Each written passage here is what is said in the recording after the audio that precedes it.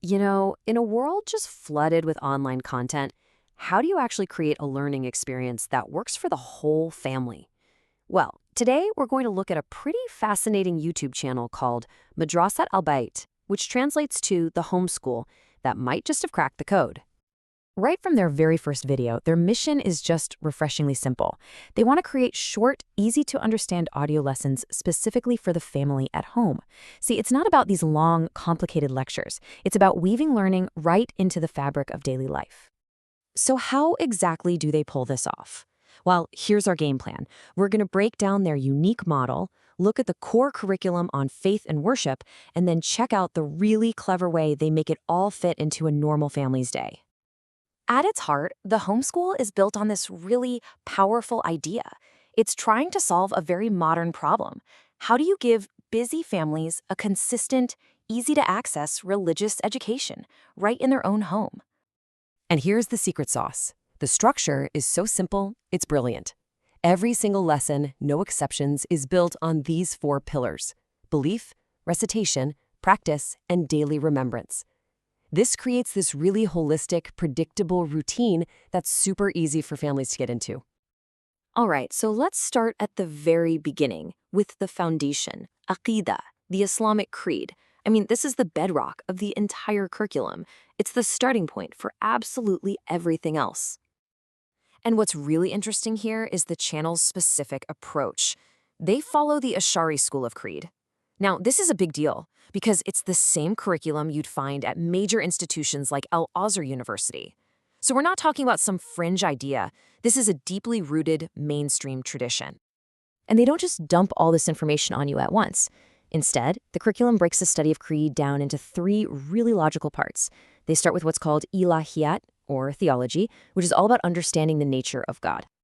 Now, this is where it gets really fascinating. Early on, the lessons introduce God's attributes, but with this really unique classification. Take eternity and permanence, for example. They're called negative attributes. Now, that's not because they're bad, but because they negate an imperfection. It's a really subtle but powerful way to build a much deeper understanding. Okay, so once that foundation of belief is set, the lessons naturally shift into the practical side of things. And that brings us to fiqh, which is all about the rules and understanding of worship. You might think they'd jump right into prayer, but they don't.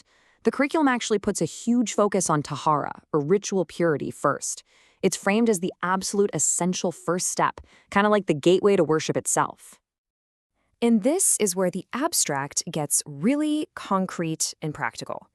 The channel breaks down ritual impurity into 2 simple states: Hadath Asghar, which is a minor event that just needs a simple ablution, and Hadath Akbar, a major event that requires a full ritual bath. And check this out. This is a perfect example of how clear and practical they are. This table shows you exactly what's prohibited in each state of impurity. So, for example, prayer is always off limits, no matter the state, but reciting the Quran from memory, that's only prohibited if you're in a state of major impurity. It's this level of practical detail that makes the lessons so incredibly useful. So we've covered belief and we've covered practice. Now let's get to the last 2 pillars, recitation and supplications. And this, to me, is where the homeschool really shines, by showing families how to weave their faith into the actual fabric of their day-to-day lives. They do this with a really clever 2-pronged approach. On one hand, you have the structured, formal practice of reciting Al-Fatihah, the opening chapter of the Quran.